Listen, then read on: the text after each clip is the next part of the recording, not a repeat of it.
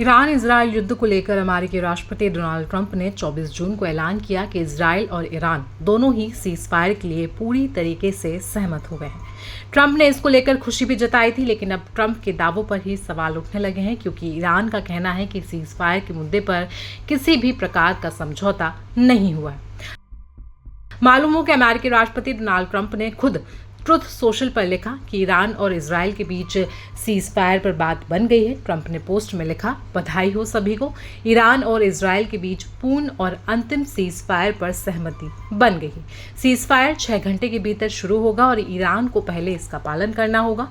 Iran की ओर से cease fire का पालन करने के बाद 12 घंटे बाद इजराइल भी इसका पालन करेगा और फिर 24 घंटों में युद्ध को औपचारिक तौर पर खत्म माना जाएगा।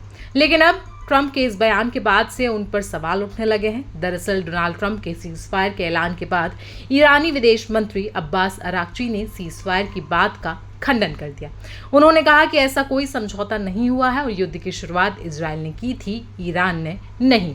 विदेश मंत्री अब्बास अराक्ची ने ट्विटर पर लिखा कि जैसा कि ईरान ने बार बार स्पष्ट किया है, इजराइल ने ईरान पर युद्ध शुरू किया है, ना कि उसने। अभी तक किसी भी युद्ध विराम या सैन्य अभियानों की समाप्ति पर कोई समझौता नहीं हुआ है। इसके चलते सवाल खड़े होने लगे हैं कि क्या ईरान सीज फायर मानने को तैयार नहीं है या फिर ट्रंप ने इजराइल ईरान के बीच सीज फायर का ऐलान अपनी ही मर्जी से तो नहीं कर दिया।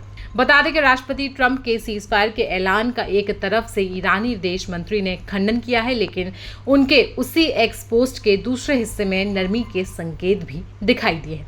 अब्बास अराक्ची ने लिखा कि हालांकि हमारा इजराइल पर किसी भी तरह का हमला करने का कोई इरादा नहीं है, बशर्ते कि इजरायली शासन ईरानी लोगों के खिलाफ अपने अवैध आक्रमण को तेहरान समय के अनुसार सुबह 4 बजे से पहले बंद कर दे। उन्होंने ये भी कहा कि हमारे सैन्य अभियानों की समाप्ति पर अंतिम निर्णय बाद में लिया जाएगा। दूसरी ओर तेहरान टाइम्स ने एक आर्टिकल में पब्लिश किया है जिसमें कहा गया है कि ईरान ने खुद विराम पर सहमति नहीं जताई है। ट्रंप फिर से झूठ बोल रहे हैं। इस पूरे लेख में ट्रंप पर ईरान के भीतर भ्रम फैलाने और नेतृत्व पर प्रतिकूल शब्दों में तनाव कम करने के लिए दबाव डालने के लिए झूठी घोषणाओं का उपयोग करने का आरोप भी ट्रंप के ऊपर लगाया गया है।